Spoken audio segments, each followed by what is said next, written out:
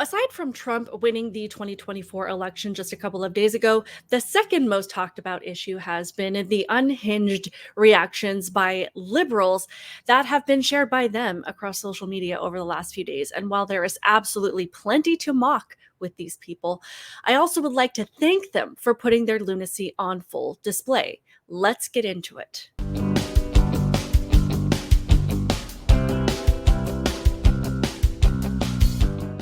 Welcome to my channel, Outspoken Samantha. I appreciate you being here, whether this is the first time you've come to my channel or you are a longtime supporter.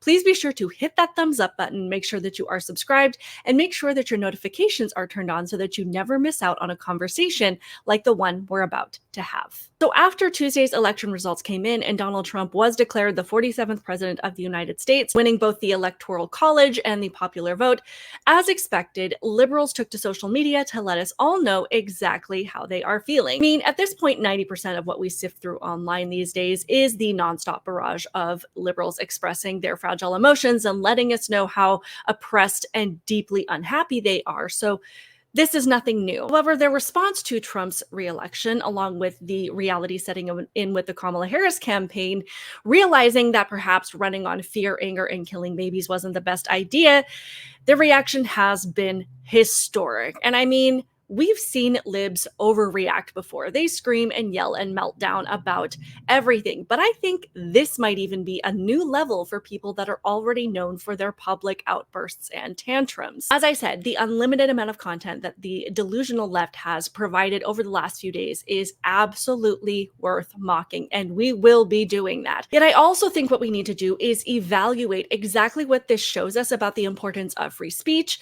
about accessing information from all different sides of an issue, the crucial ability to engage in conversation with people that you disagree with, and obviously freedom of the press. Because these hysterical, overly feminized dudes for Kamala and the women who are very obviously deeply disconnected from reality who supported her are an example of what it looks like when you're fed false ideas through a very, very tight tunnel of information, to the point where the idea of living anywhere outside of the bubble that has been provided for you is the most terrifying thing in the world.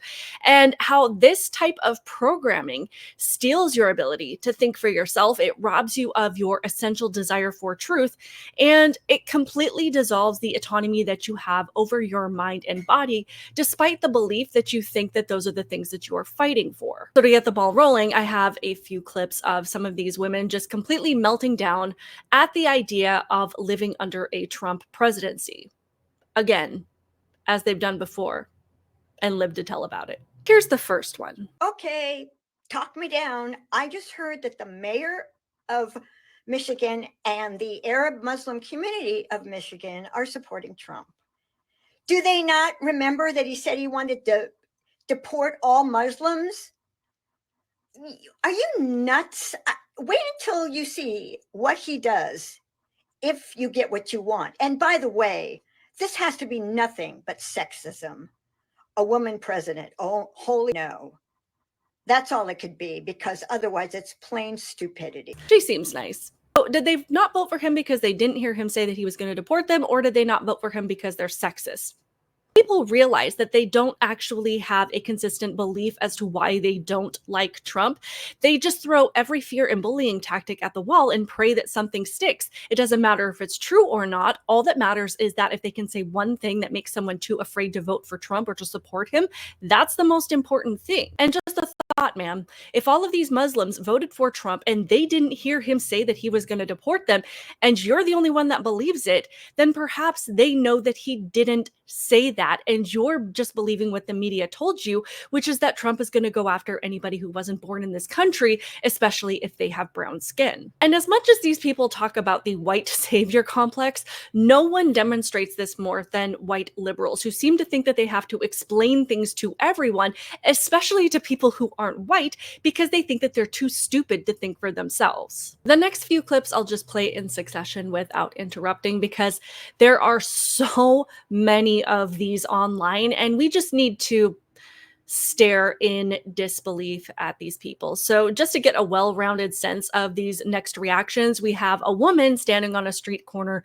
banging a Trump sign on the ground, another one screaming like a lunatic in her car, and then we have a pair of college girls who are breaking their own computer screen with Donald Trump's face on it. I've been waiting for this. Oh boy, I've been waiting for this. I'm sorry. No!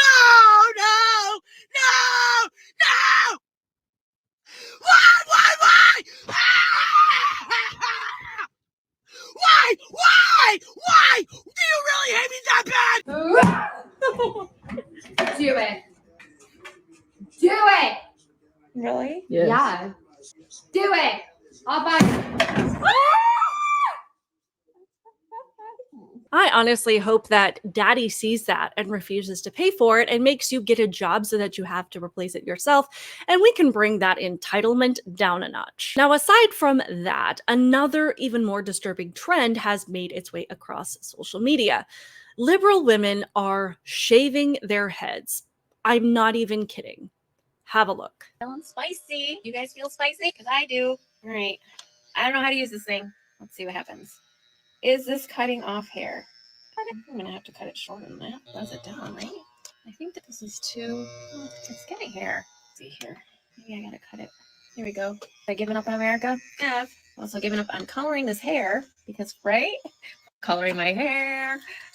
Having my hair be long and luxurious. I don't know how to work this thing, but I'm on my way. I'm going to figure it out. Let's just do some cutting. You know why? Because this is taking too long. Here we go. Short hair we go. Here we go. Here we go. Here we go. We're cutting it off because f you. That's why. You think I'm crazy?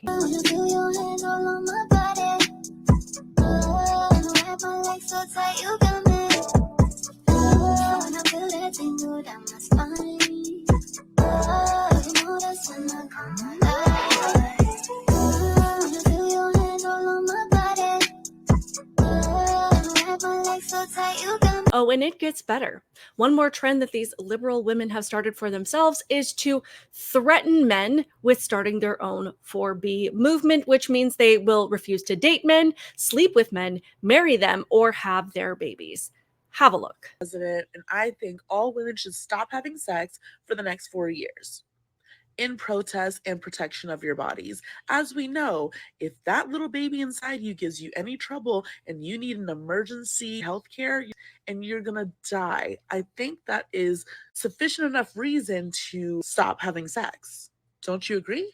This vote wasn't a vote for Americans. This vote was for men. And unless we want to become the handmaid's tale, then us women need to protest. Ma'am, I think it's safe to say that nothing in your life is going to change by opting out of these things. And honestly, I think a lot of these women are doing this to make themselves feel better about the fact that men are actually rejecting them and no one wants to marry them or procreate with them.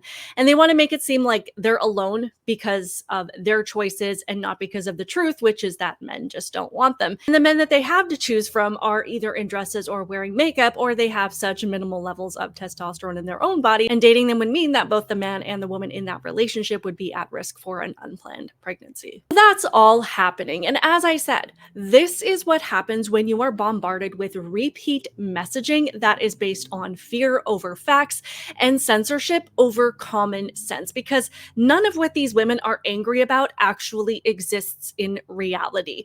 No one is coming for our birth control. No one is telling us what decisions to make with our bodies. JD Vance isn't going to show up at any of our doors to monitor our periods. And Donald Trump isn't going to block anyone from going to an abortion facility. We're not about to lose our ability to screen for things like cervical cancer, as Michelle Obama said, and Donald Trump will not be signing a federal abortion ban, as Kamala Harris lied about over and over and over again. Rights that these women should have been worried about is men in their bathrooms, stealing medals from girls in sports, and girls being forced to share their dorm rooms or hotel rooms on school trips with boys in dresses. But they don't care about any of that, and therefore they don't actually care about women's rights. These women have been programmed to focus on abortion, and that's it, and to believe that abortion is somehow representative of everything that makes women free in America, which is an absolutely insane and immoral belief system to adhere to. Abortion was never on the line in this election, but that didn't stop them from believing that it was wholeheartedly. Anybody with a speck of common sense knew, even Kamala Harris herself, because I believe that a speck of common sense is all she has, but she knew she had no ability to change anything about abortion. She had no influence over this issue at all, but that did not stop her from running only on this issue and scaring the bejesus out of all of these women, which is absolutely despicable. But just to show you one more example of how easy it was to program these people's brains in this election, Matt Walsh tweeted out this the other day. He said, "Now that the election is over, I think we can finally say that, yeah, actually Project 2025 is the agenda.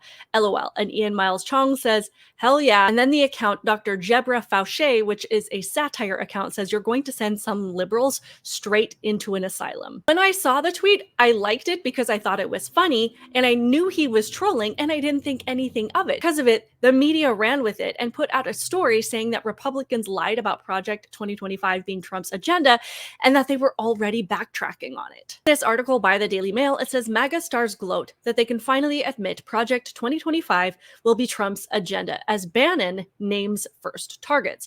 It says America's top conservatives are gloating that Project 2025 will be enacted in the new Donald Trump era, despite the former president disavowing the agenda during the campaign. Project 2025 is a hardline conservative manifesto setting out a program for government written by his allies. Trump and JD Vance have shrugged off the suggestions that the agenda is on the table for them, but conservatives like Matt Walsh and Steve Bannon reveled in the opportunity to push the policy goals after Trump's convincing electoral college win and political comeback. Now that the election is over, I think we can finally say that, yeah, actually Project 2025 is the agenda, Walsh wrote yesterday. Speaking on his podcast, fresh out of prison, former Trump advisor Bannon gave Walsh a shout out and wholeheartedly agreed. Matt Walsh, I think, is a very smart and funny guy. Fabulous, put that everywhere. If you look at the clip of Steve Bannon reading out this tweet, he is clearly laughing, but neither of these guys have anything to do with Project 2025 or Trump. If you know anything about Matt Walsh, you know that he is the ultimate troll. He did an entire movie called Am I Racist? And the entire thing was him trolling these icons in the DEI movement. And based on the insane things that he said, he could get them to do insane things in response. And that's what this tweet did. Because in response to this article in this media report, women started responding hysterically to that as well. Found one woman who put out there that women in America are now going to start getting their fingers cut off. So it looks like all the white women who voted for Trump are about to find out what Serena Joy went through when they cut off her little finger in The Handmaid's Tale. Because Trump's buddies are all over social media saying, hey, guess what? We are going to enact Project 2025, and Trump has just promised us all spots in his administration. Joke's on you. Yeah, one person put out one tweet and another guy laughed about it on his podcast. This woman is taking that as all of Trump's buddies are out there actually saying that Project 2025 was the goal the whole time and for women to watch out. Matt Walsh was kidding. And if you weren't so caught up in your emotions and your actual desire to be angry, you'd be able to pull yourself together and to stop reacting to everything like absolute lunatics. And if the media is willing to run with this story based on a tweet by one guy, again, has absolutely nothing to do with Project 2025 or Trump, who is a known troll, then maybe you should start to question every source that you have listened to that has caused you to become a person who behaves this way, because this is not normal. And it's not healthy. It's a clear demonstration of how little control you have over yourself and that you've been programmed to react in a way that likely doesn't actually align with who you are as a person. Or maybe this is who you are and you're as miserable as you want to be, which is actually really sad. But the fact is, the media put this out there for the purpose of baiting you with rage, stoking this baseless fear and anger, and so that you can be used as their propaganda pushers to keep division and hostility alive in America. And you're letting them. As much as you think that you've been fighting for for freedom over your body, you've completely lost freedom over your own mind. But I would like to thank you for putting all of these clips out there, because I will be collecting them and I will be hanging on to them and using them as an example to show my own daughter what happens when people take control of what you think and believe, and why it's so important to take a step back and to actually research the things that you hear, because you could so easily turn out to be someone like one of these women. That should scare anybody away from the liberal movement. But I would love to hear all of your thoughts on this in the comments below. Please be sure to hit that thumbs up button. Again, make sure that you are subscribed. Keep it real, guys, and I will see you in the next one. Bye.